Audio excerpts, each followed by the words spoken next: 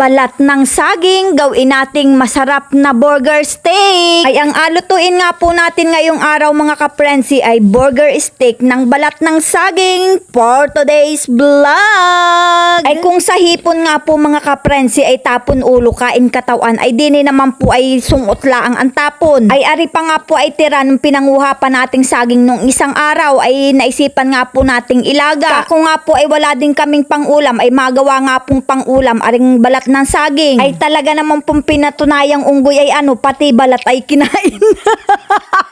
Ay baligtad na nga po yung unggoy talaga hindi nakain ng balat. Ngayon po ang tao nakain na ng balat. Ay hahaw. At ari nga pong balat ay atabi natin dahil nga po ari ang agawin nating burger steak. At tinanggal nga lang po natin yung magkabilang dulo niyan at yan naman po ay makamatigas. Ay sobra naman pagpati yan ay akainin.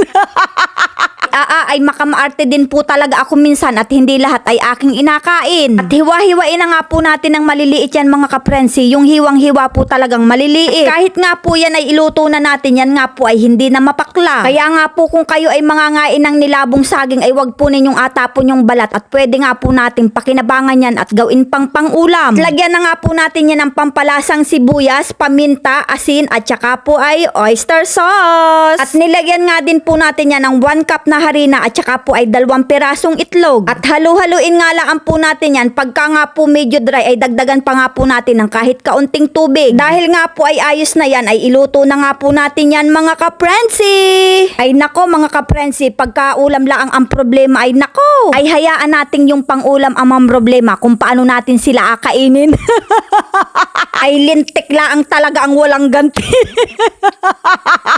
Tayo ang laging namomroblema sa kanila. Yun po bagang sa araw-araw na ginawa ng Diyos ay lagi na lang tayo sa araw-araw nagatanong ay ano na naman bagang aulamin. At ayan nga po mga kaprensi, tortahin nga po muna natin yung ating balat ng saging. Habang inaintay nga po natin yung maluto ay tayo nga ni po muna ay sumakmal na ring nilabong saging na may ginamos. At ako po ba yan naman ay nagutom kaiistorya sa inyo. Parang kakaunti na lang ang pong kanin ang makakain natin mamaya at dini pala ang ay talaga naman busog na sa nilabong saging. Nako ay hindi po talaga tayo mamamayat na rin kasasakmal ng pagkain. At pagkalipas nga po ng ilang minuto ay ayan, luto na nga po yung ating tortang balat ng saging. At magluto naman po tayo ng sauce ng ating burger steak ng balat ng saging. At naglagay na nga po tayo dyan ng mantikilya, bawang at 1 cup na tubig. Nilagyan nga din po natin yan ng oyster sauce para nga po ay medyo may lasa. Naglagay nga din po tayo ng kaunting patis. At para nga po ay lumapot ay naglagay nga po tayo ng 1 kutsarang cornstarch na tinunaw. At haluin nga lang po natin ng haluin yan hanggang siya nga ni po ay lumapot. At pag ganyan na nga po siya kalapot ay pwede na nga po natin yang ahunin. Ay hindi na nga po tayo dyan naglagay ng mushroom at nako ay isa pa nga ning abilin yun.